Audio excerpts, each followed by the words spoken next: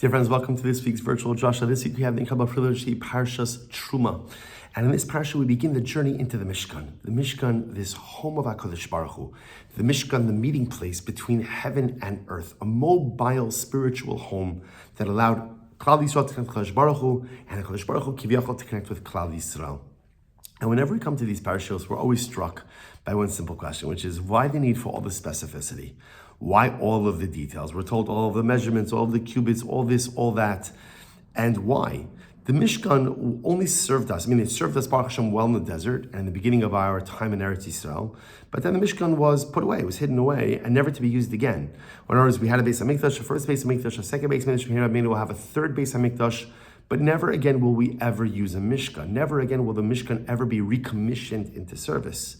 As such, we must ask ourselves, if the Mishkan was just an episodic spiritual home, never to be replicated again, why does the Torah Kedosha go into all of the details regarding this incredible and holy space? And the Sfarim Hasidic literature explains so beautifully, because the details of the Mishkan, I should say the details of how to build the Mishkan, are really the very same details we need to build holy, meaningful, and transcendent lives. Every detail about how to fabricate a home of Hashem is a detail that I need in order to build my spiritual self. So embedded in the mechanistic details of the Mishkan are actually the spiritual details I need to build a holy life and a holy self. The Belzer Rebbe makes a beautiful observation. He notes, if you take a look, for example, the first piece of information in the parasha about the Aron, the ark. The ark. So what happens? He goes on, he says, so the pasuk says, this is in Paragraph Hey Pasuk, chapter 25, verse 10. The Torah says, Va'asu Aron Shitim, make an Aron out of acacia wood. Amasayim v'chitzi Yaakov, Ama v'chitzi Rachba, Ama v'chitzi Kamaso. Literally translated 2.5 amos long, 1.5 amos wide, and 1.5 amos high. And the Belzer Rebbe, fine, interesting. Belzer Rebbe makes an interesting observation. Why are all of the measurements of the Aron in half amos? Right? Remember it again. The Aron is 2.5 amos by 1.5 amma by 1.5 amma. Why? And I'll tell you something interesting. If you look at all the utensils of the Mishkan, they're all of their measurements are in half amos.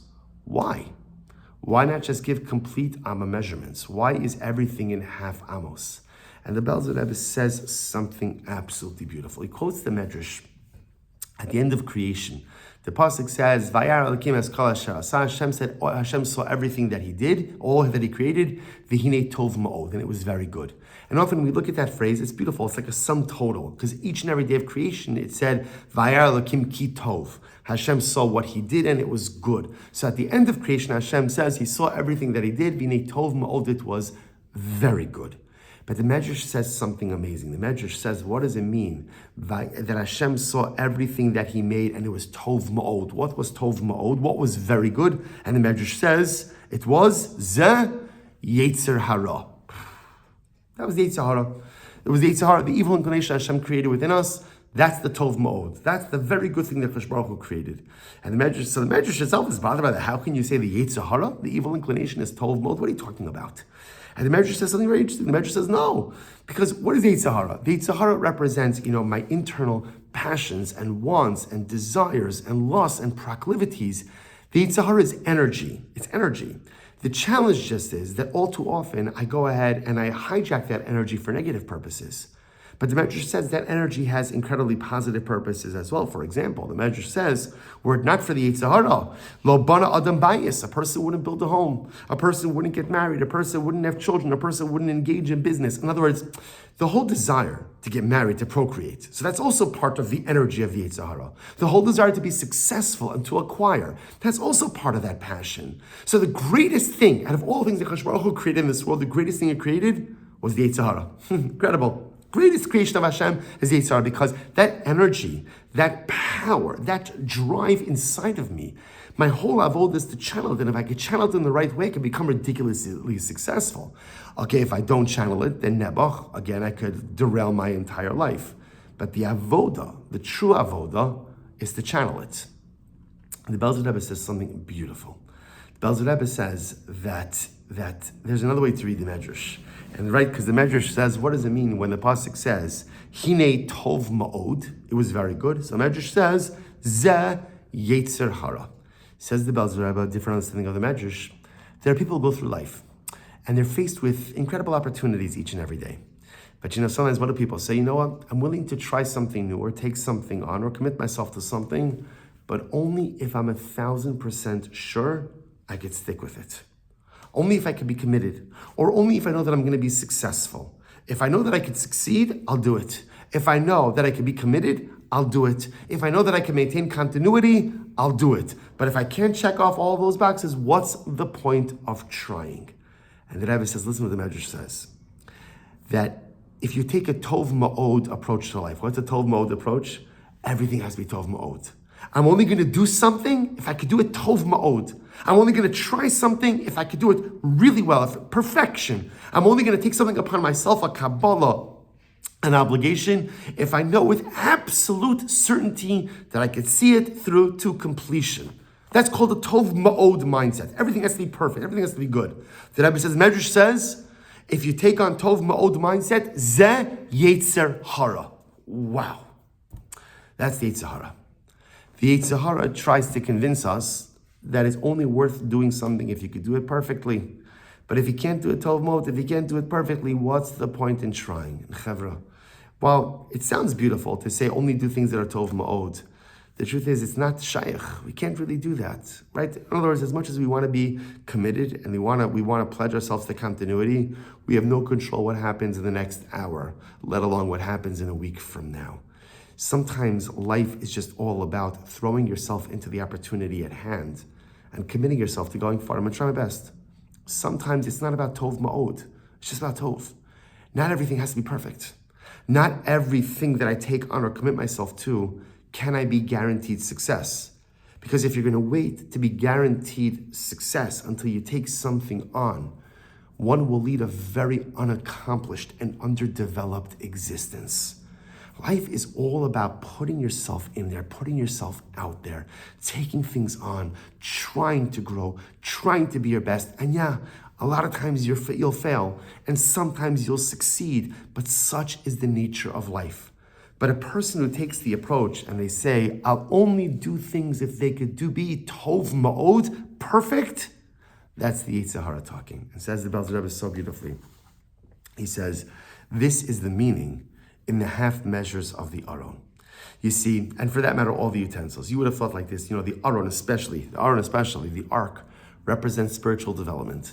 Someone would have thought, if the measurements of the Aron were complete measurements, 2 amos by 3 amos by 2 amos, complete. Right? So you would have thought, okay, in order to have spiritual growth, in order to have spiritual success, in order to be a spiritually developed person, you gotta be Tov Ma'od. It's gotta be complete. It's gotta be glatt. It's gotta be perfect. The measurements have to be perfect. So says the Belzer Rebbe, HaKadosh Baruch Hu purposely uses half measurements by the Aron. Why? To teach us that you don't have to be Tov Ma'od to be ridiculously successful in life. You don't have to have complete measurements in order to be an accomplished person.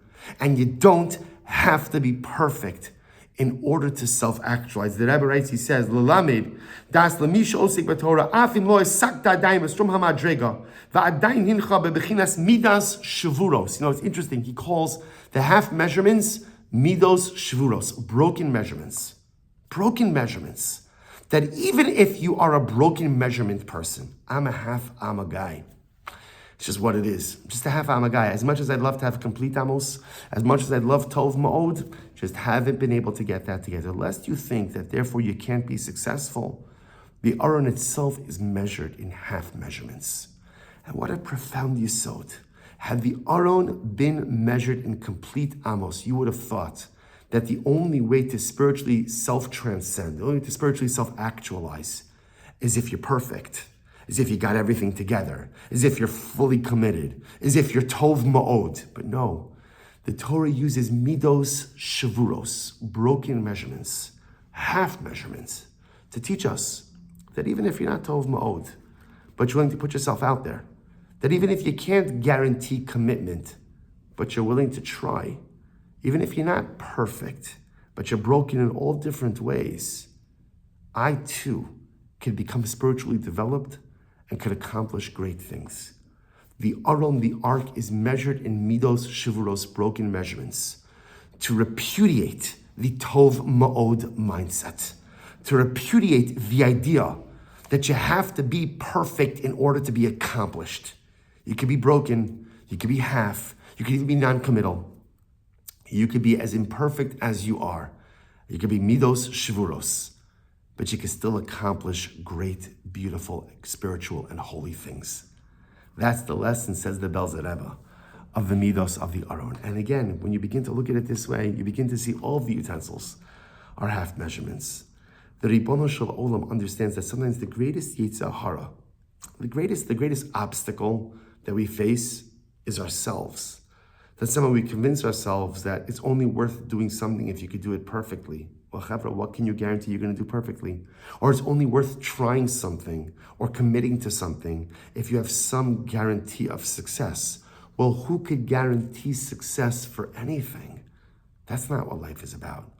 Life is about half measures. Life is about midos shvuros. Life is just about trying. Just put in the effort. Just try. Take something upon yourself, even if you don't know that you could keep it up. Put yourself in the right trajectory, even if you don't know how long you're going to be able to stay on that beautiful and holy path. Life is filled with half measures, and that's all Hakadosh Baruch Hu asks of us. He doesn't ask me to be a full Amma Jew. He just asks me to be a half Amma Jew. He doesn't ask me for Tov Ma'od, for very good, for excellence, for perfection. He just asks me for Tov. That's all Hashem wants of me, is just to go ahead and somehow bring together the midos shavuros, the half measures. And I think this lesson is always important to us in life. Last Erev Shabbos I spoke about the Bibas family, and today so many of us watched that Levaya and the heartbreaking hesped and the heartbreaking eulogies, and just the overwhelming and searing pain of seeing a mother buried together with her two children. The mind can't comprehend, the neshama can't comprehend. And I think the Torah is also telling us that even from midos shavuros, even from broken measures, because who amongst us now, after seeing everything we've seen, and that's not a broken measure, we're all broken measures, but even broken measures, even broken measurements could create something beautiful. The power of Klal Yisrael is that no matter how much we're broken, no matter how sad we are, no matter how tzibrochen or heartbroken we may be, no matter how many failures we've encountered as individuals or as a collective, the half measures could combine to form something beautiful. The half measures create an ark, an aron that contains the luchos, an aron that is the throne to HaKadosh Baruch Hu, because half measures could create something incredible. So both as individuals, stop waiting for some guarantee of success. Stop waiting until the planets align, the stars align, the universe is in perfect equilibrium to take the steps you need to take. Just go. Just do. I don't know if I'm going to succeed. None of us know we're going to succeed. I don't know if I can do it perfectly. Good news, Hakadosh Baruch Hu doesn't need perfection. The heartbreak that we feel over what we have seen happen to our people. Take that broken measures. Take those midos shavuros. Take that broken heart and build something with it. With a broken heart, you can build a lot. With even a little bit of commitment, you can build a lot. And with a ton of imperfection, you can still create a beautiful Aron Kodesh. This is the lesson of the Aron. This is the lesson of the Mishkan. This is the lesson of Midos Shavuros. May we be Zoch and Meretz Hashem to take our half measures and be Zoch as individuals and as a collective to build something beautiful. Wishing everyone a good Erev Shabbos.